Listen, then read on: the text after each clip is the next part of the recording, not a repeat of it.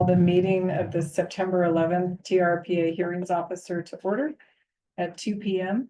My name is Marcia Birch and I'll be serving as the hearings officer today.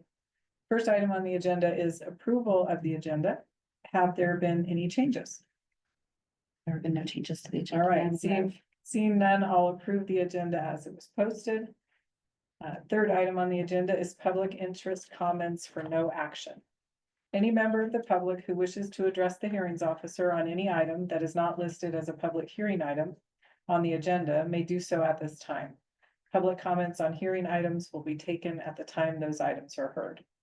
The hearings officer is prohibited by law from taking immediate action on or discussing issues raised by the public that are not listed on the agenda. All right, so do we have any public interest comments? I do. And this is for something that's not on the agenda. Well, it is about the Fremont. Okay, so when we get to that item, I'll open it up for public comment and you can Okay. comment at that time.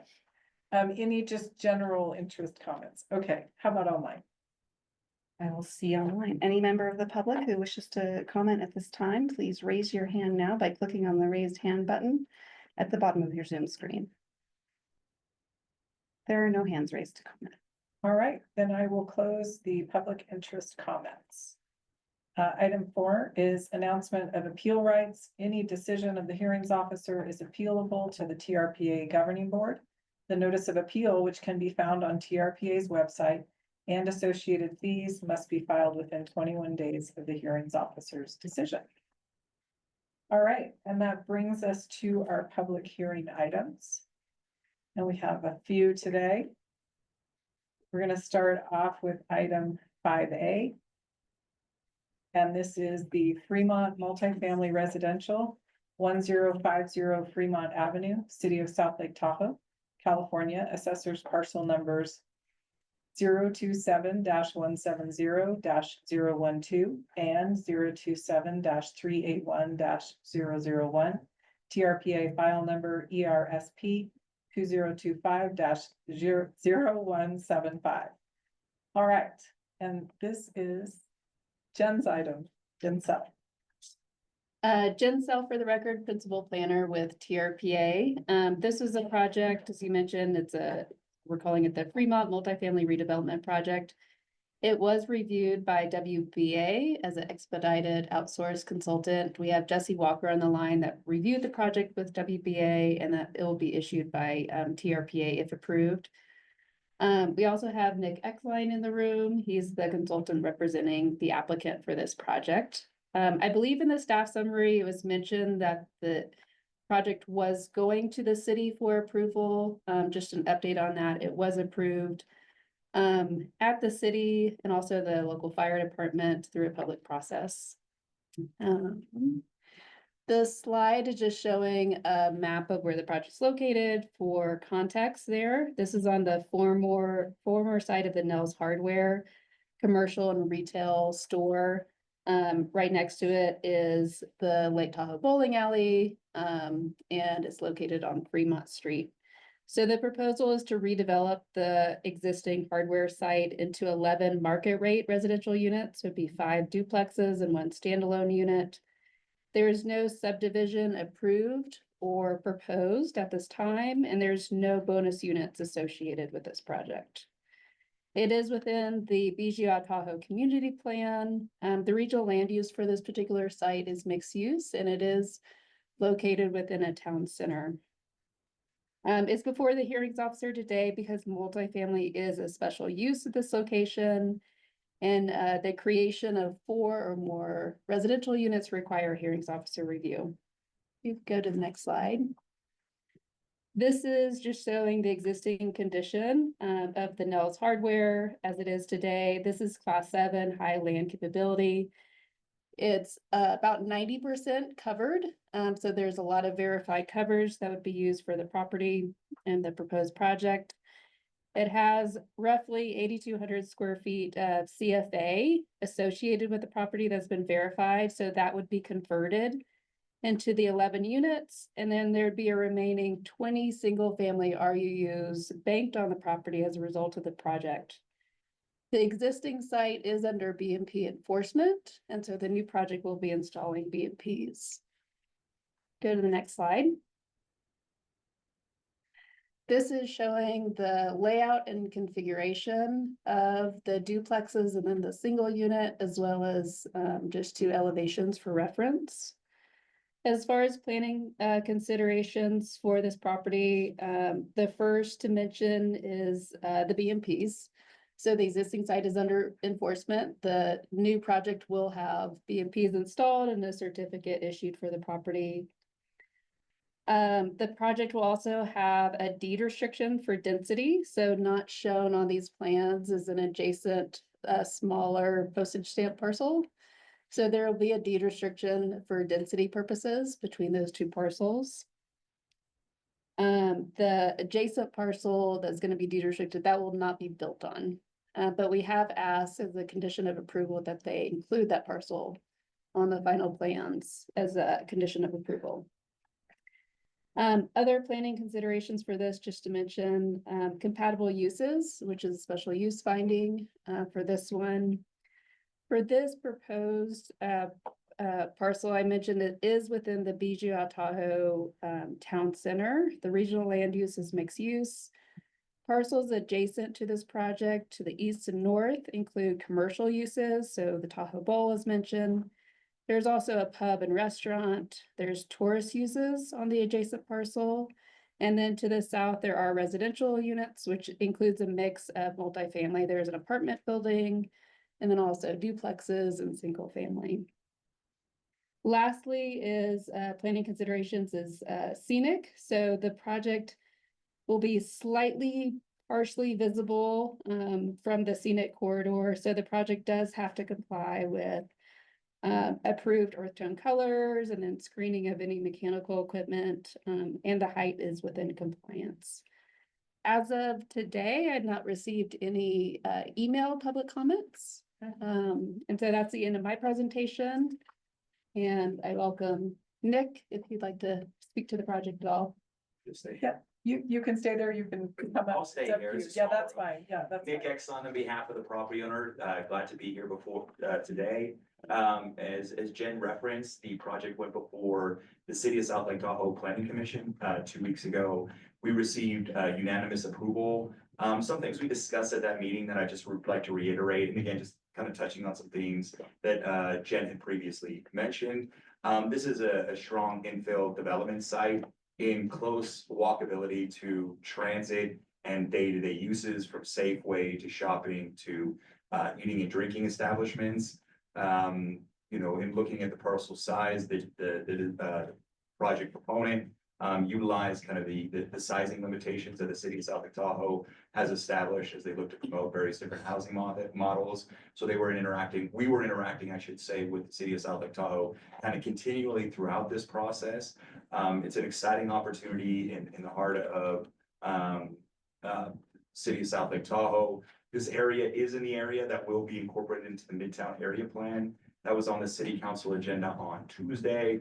And I believe that's going to be adopted sometime like next spring to summer, based on what they said during the meeting. And so I'm available for any questions. I think it's an exciting project, exciting infill project. And it also, as Jen mentioned, there is, you know, adjacent mixed use residential already in the vicinity. So really aligns with the existing community and the findings that have to be made for special use. So I'm available for any questions, but happy to be here and happy to see everyone in person. Yeah, thank you.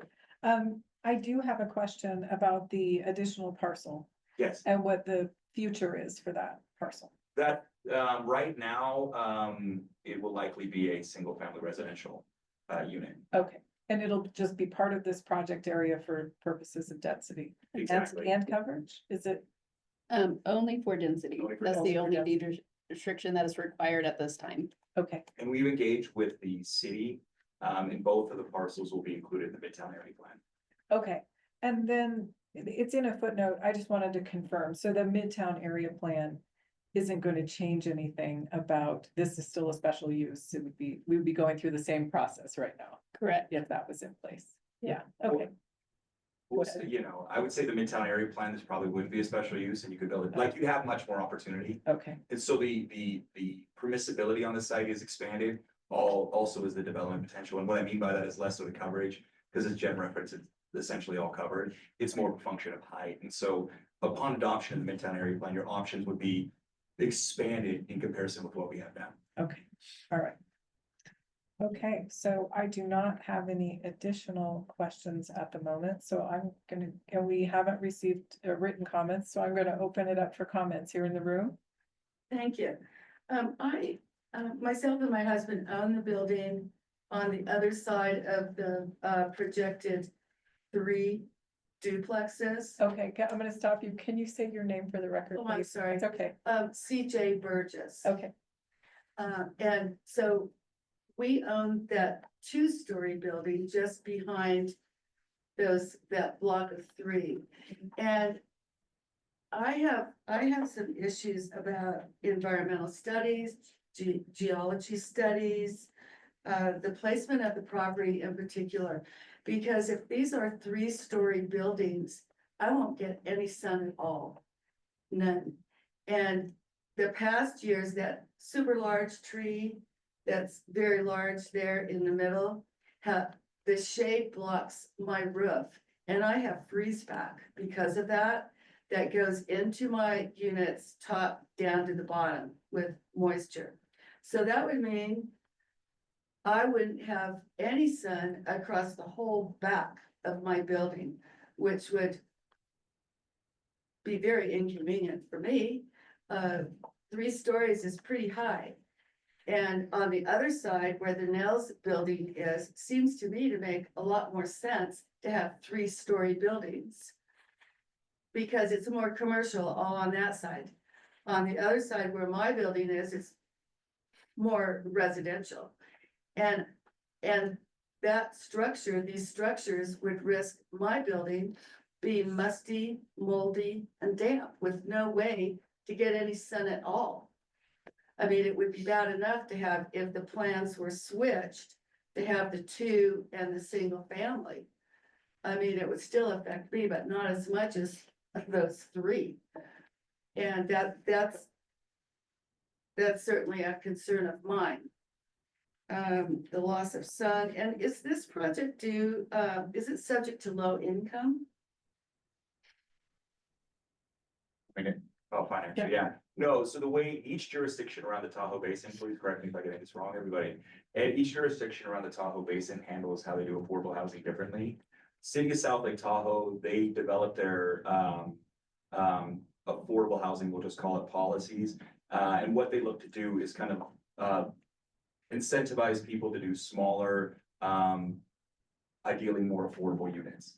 And so the City of South Lake Tahoe establishes kind of fees, if you need to pay an inclusionary housing fee and so forth, based on the square footage of each unit. And each of these units is smaller than that threshold. Well, overall, it takes up the whole back of my building. And I will be always suffering from no sun. And I can understand how the back of the buildings have windows, of course, you need egress. But they don't look onto anything except my windows. It's only gonna be 10 feet away from my property line. And currently my property line isn't even accurate because when they did the survey for that property, I have about that much more down the whole line. But this project says, that back line where my new fence is going to have to be, that I would appreciate paying half by your people, because it's gonna be expensive. I have to go well over 6 feet, because they've classified that fence line as snow storage. Now, I don't know who's gonna be maintaining these buildings, but as you see, the spaces in between the 3, if they have maintenance, they're gonna blow the snow right at that fence, which is gonna deteriorate that fence pretty quickly, especially if we have a super large snow. So, I mean, my opinion is to switch the plan around, obviously. And what about water? Is this project causing Tree Haven to do a water changeover? They will be upgrading the STPUD water mains. I would note, I'm on the STPUD board as an aside, and the upsizing of water mains for fire suppression is something, whenever the opportunity presents itself, I highly, highly encourage. And so I would say the upsizing of the water line in this equation and the improvements to pressure to the hydrants in the vicinity of this constitute a significant community benefit in comparison with the existing condition. Well, that's a lot more water line though. And if you reduce the size, you do get more pressure in the line. But I mean, I'm concerned about the water pressure, period. And also with the BMPs, that particular corner, that corners Fremont and Tree Haven, really needs some city improvements with drainage, because all the water from all sides, including down Fremont, runs right to that corner, and it completely floods the corner. And in the wintertime, it's a hazard because it just turns to ice. So they need their own drainage. Now, BMP made my building do its own drainage issue within my property line. And I would think that this property should have that as well. There are little grates with a tube underneath, fairly large, that any drainage from my property goes into my own drain. But my corner collects all the water from everywhere, even at the end of the court, those duplexes in the back. The other day, somebody was cleaning a spout with tons of water, and all the water went right down the street to that corner across my whole entire building. But, on the street side, but to that particular corner, and, it doesn't really go away until it evaporates away. So it would be helpful. And I did call the city manager about that, and he did send somebody out. But the crew that came out saw my own property drainage, and they thought that would be sufficient. But it doesn't come anywhere near to the corner where all the water is. And so I'm concerned with this major property that I would get more water coming down to that corner, which affects my building. Everything about this project affects my building. The height is too high. I think it should be 2 stories. Now, I understand why they want a garage underneath, but 3 stories high is high. That's like the motel behind the bowling alley. That height behind my building is just, to me, unreasonable. And I will have to do improvements to my roof. I will get 0 sun, winter, fall, summer, all of it. There'll be no sun at all, because the sun comes around that way towards my building. So my request is to switch the plan around, because 2 in a single house is much better. And I heard you say something about this other area is for 20 something, rather. It was very hard for me to hear. I don't know what that is. Speaking to the development rights, and so with the existing Nels hardware, can you hear me okay? Yeah, They have verified commercial floor area. What the project proponent is proposing is they're converting that commercial floor area to residential units, which is allowed under the TRPA code. With that conversion, they'll have a leftover amount. So they have the 11 residential units. They have a leftover amount of 20 residential units that will be banked, that they could sell to other locations around the city for use elsewhere. I mean, this is a development that reminds me of, especially that height of Metropolis. When you have windows facing each other like 10 feet apart, that's really close. And there's nothing to look at from this property except my windows and shade, which is all I'll get. I mean, it's going to damage my building. Okay, thank you. I have a couple of questions for staff in light of your comments. So I just want to, when I read through the staff report, it appears that we are within the height requirements, setback requirements, those sorts of things. Jen, if you could just, maybe for everyone's edification, talk about the fact that this is within our requirements, our code standards for height. Sure, absolutely. And I'm actually going to turn it over to Jesse Walker. Jesse, are you on the line? Yeah. So Jesse is with WBA. They are a third-party consultant under contract with TRPA. And WBA reviewed this project in compliance with the TRPA code. All right. So Jesse, if you don't mind speaking to Marcia's questions and I'll chime in if I think of anything else. Yeah, Okay. so thank you. The proposed building heights are within the TRPA allowable height limits, which are, codified in the TRPA Code of Ordinances and are based primarily on the slope of the land and the roof pitch. And you can get, higher levels of height based on a higher slope and a higher roof pitch. In this case, it's a very flat site and fairly flat roofs. There's actually two different slopes on the property for use in measuring height.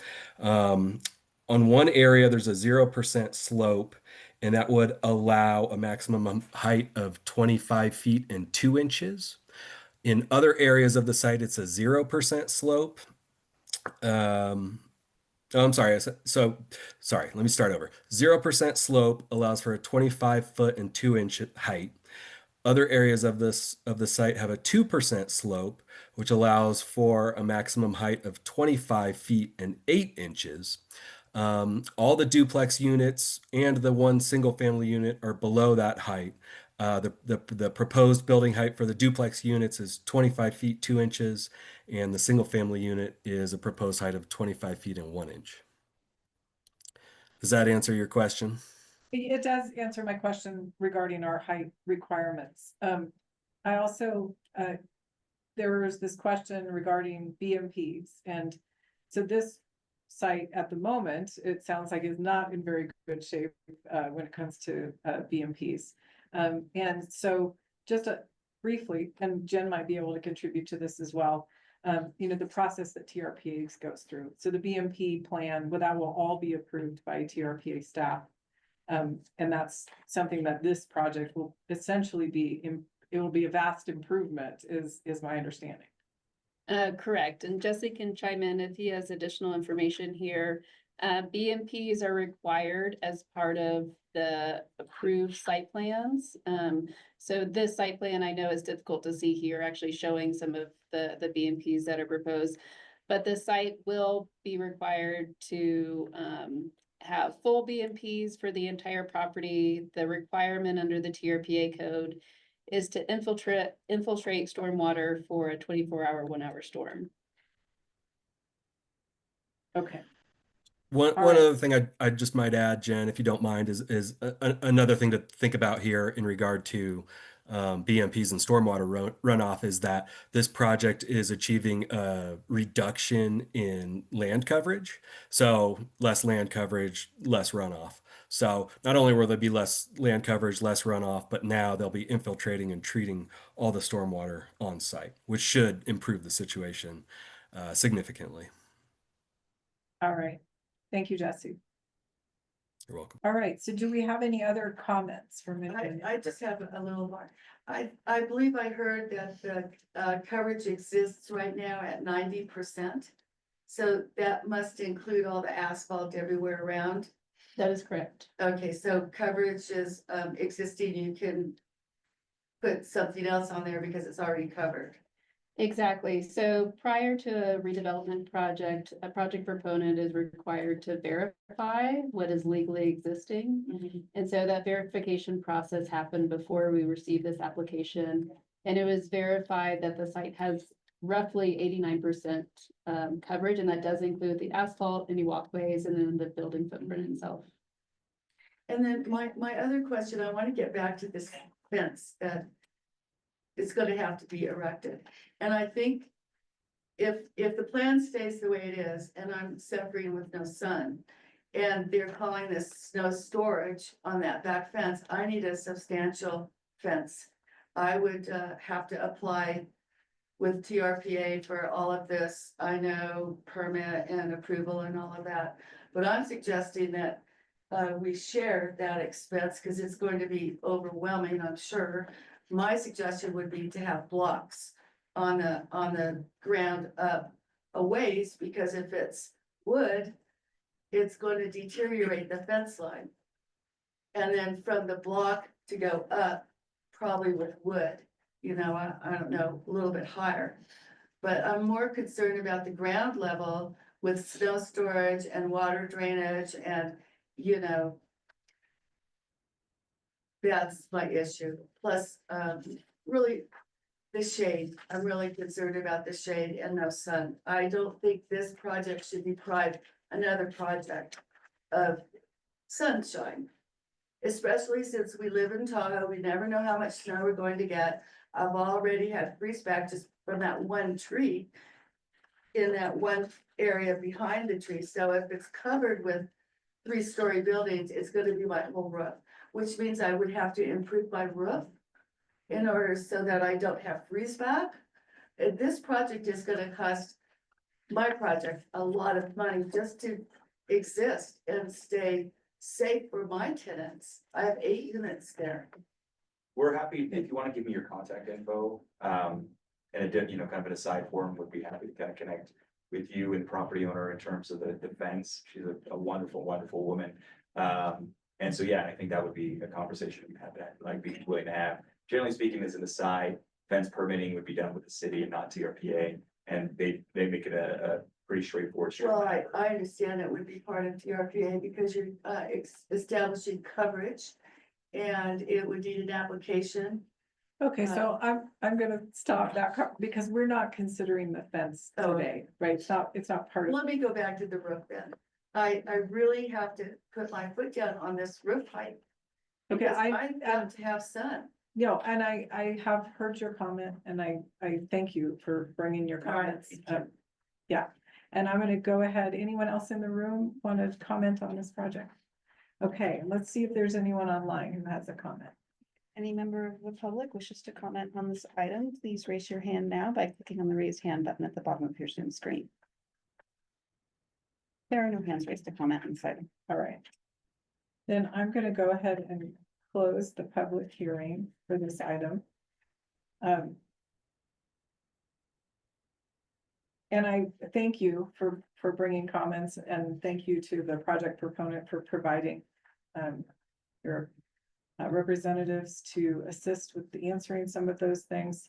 I'm going to go ahead and take action on this project.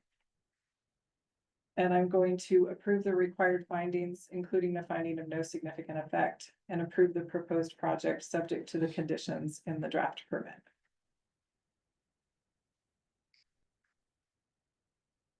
All right, so we will move on to agenda item 5B. This is the Quillen Land Capability Challenge, 142 Willow Drive, Douglas County, Nevada. APN number 1318-03-212-072, TRPA file number LCAP 2025-0058. All right, this must be Julie. Yes, hi, this is Julie Roll for the record, senior planner at TRPA. And as Marcia mentioned, this is the Land Capability Challenge.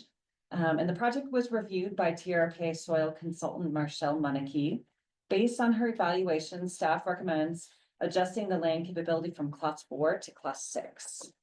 And Marshall's unable to join us for the meeting, unfortunately, so I'm going to read a little summary that she provided me. The parcel was mapped as having Kagwan soil, which is characterized by a coarse texture, as well as weathered bedrock found between 20 and 40 inches in depth. The soil on the site was found to be dissimilar to Kagwan, as it has much finer texture and is much deeper soil than 40 inches. And in fact, bedrock was not encountered to the depth of the soil pits, which were hand augered to 62 inches. The soil was not found to be similar to any other mapped soil type, so it ends up categorized as XXX, which means it's an unmapped soil type. Based on the slope, the land capability is therefore class 6. There are no signs of high water table or stream environment zone. And that's all I have. And I will just add that I've not received any written comments on this Sorry, Jen. All right. So I don't have any questions about this, so I'm gonna open it up for public comment.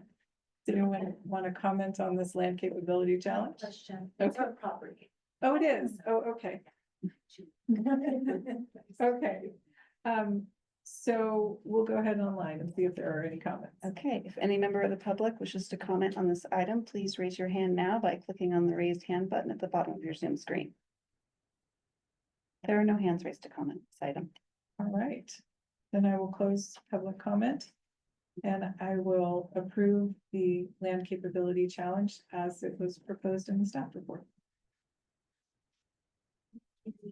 Okay. All right, now we are on to item. Oh. We're on to 5C. Okay. I managed to get them mixed up. Here we go. Here's 5C. This is the Barat Land Capability Challenge, 188 Edgewood Drive, Placer County, California, APN 093-330-003, TRPA file number LCAP 2025-0144. All right, this is also Julie's. Okay, yes, Julie Roll again, and this is another land capability challenge, and this project was also reviewed by our soil consultant, Marcel Monarchy. And for this one, staff is recommending changing the land capability from class 5 to classes 1A, 4, and 6. So this parcel is situated on an old volcanic mud flow. It has gentle slopes closest to the road and then steepens to the rear of the property. And in this area, there are several soil types mapped on and around the parcel. But in the end, it was found to be closest to the George or Jorge soil type because it has soils deeper than 40 inches and contains more than 35% rock fragments. The land capability was then delineated in class 4 and class 6 based on a slope break. And then there's a steeper section that I mentioned in the far east of the parcel. It's like the back of the parcel that wasn't assessed because it's over 30% slope, and that just automatically becomes a class 1A. And the only thing that's a little bit different on this one is I said at the beginning, it's changing from class 5 to these classes, but they never had an official land capability verification, which we don't require. You can go straight to the challenge. So had they, it most likely would have been a combination of class 1A, 3, and 5. So we don't know exactly, you know, what it would have been, but we do know what it would become. And that's all I have, and no written comments ahead of this Okay, either. okay, thanks for that last piece, because I wondered, I thought it's all class 5 and then it's going to these other. It's a little unusual, and so yeah, usually we would break it out, but we just didn't have the information, so best to just kind of make that as a Right. footnote. Okay. So there's no one in the room, so let's check online and see if there are any comments. All right, if any member of the public online wishes to comment on this item, please raise your hand now by clicking on the raised hand button at the bottom of your Zoom screen. Yeah, hi, this is Gary Furamoto. So I'm a representative of Gil Parat, the applicant here. We've reviewed the staff summary and we agree with the findings. And just to expand upon what Julie was talking about with regards to class 5, it's mapped as a class 5 soil, and based upon slope of the site, if it did go through the standard land capability verification, the slope would have dictated that this lot most likely would have been downclassed to a class 3 lot. So that was the reason why we submitted for the land class challenge. Okay, yeah, that makes sense. All right, thank you, Gary. Sure. Are there any other comments online? There are no other hands raised. Okay, then I will go ahead and close the public comments and approve the land capability challenge as it was presented in the staff report. Thank you, Ms. Birch. Alrighty, thank you, Gary. All right, now we are on to item 5D. This is the King Shoreline Revetment and Slope Stabilization, 8555 Meeks Bay Avenue, El Dorado County, California, APN 016-101-091, TRPA file number ERSP 2020-0885.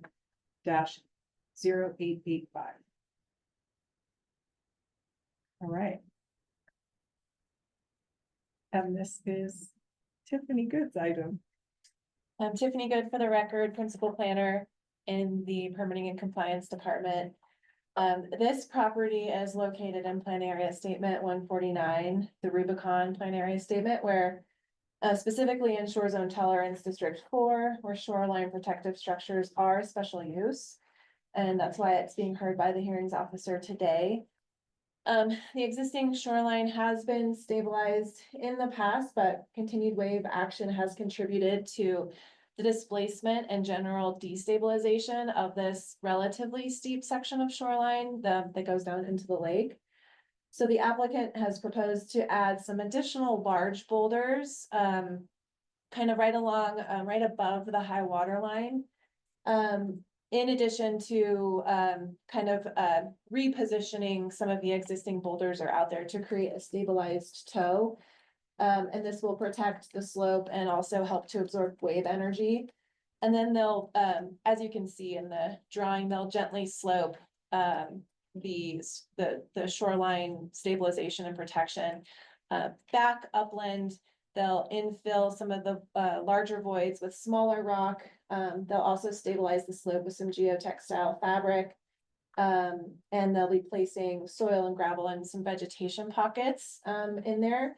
And they will also protect a portion of the shoreline, kind of the upland portion of the bank with an erosion control and replanting blanket. There is an existing permit that was issued earlier this year, I believe in July, for the reconstruction of the pier.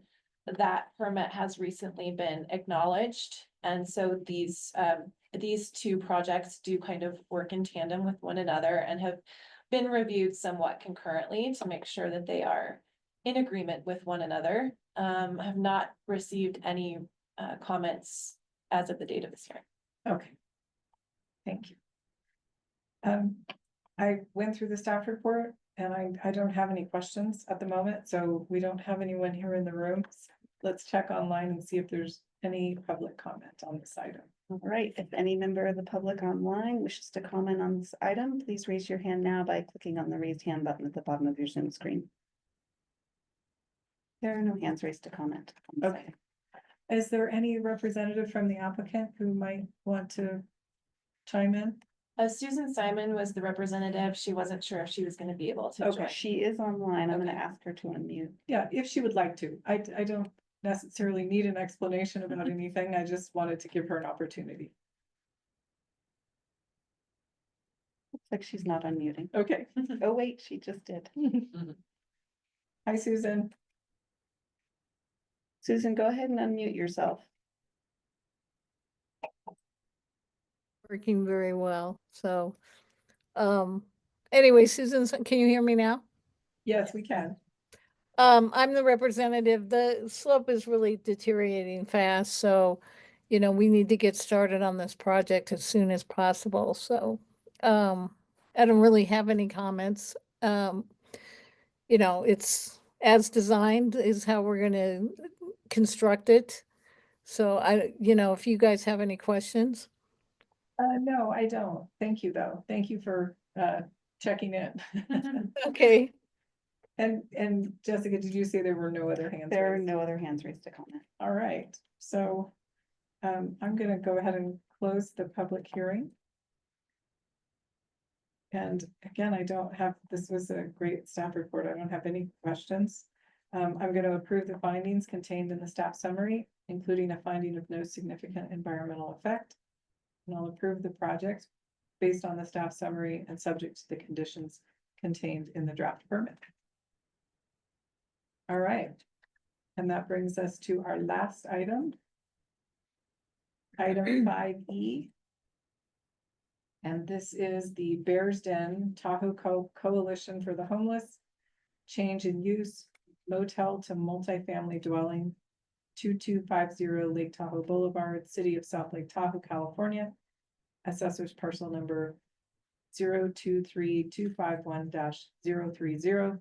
TRPA file number ERSP 2024-0361. And this is Ally's project.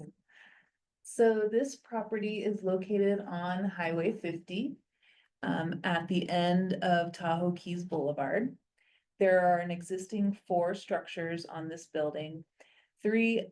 One of the structures has a commercial use on the bottom floor with a manager unit above. There will be no changes to that structure.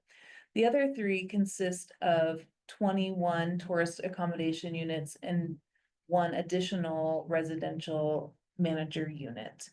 And this project proposes to convert those 21 tourist accommodation units to 21 multifamily residential units of use.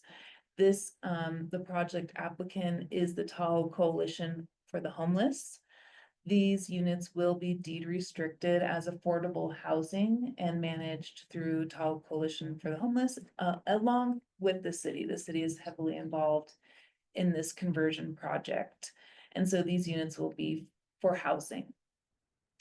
The maximum density is lower than what would be allowed, so there's potential even for adding another unit on this property, or maybe 2 units on this property. The big changes that will be happening is the existing manager unit is very large. And so that's gonna be so that was the old manager unit, and that's the top floor of it. The bottom floor of it is right above that in your cursor. Right. And so there was there's a kitchen, there was and is a kitchen in there, some bedrooms, and that facilitated the manager unit. That is being converted to community space on the bottom floor. What that kitchen that's gonna stay for community space.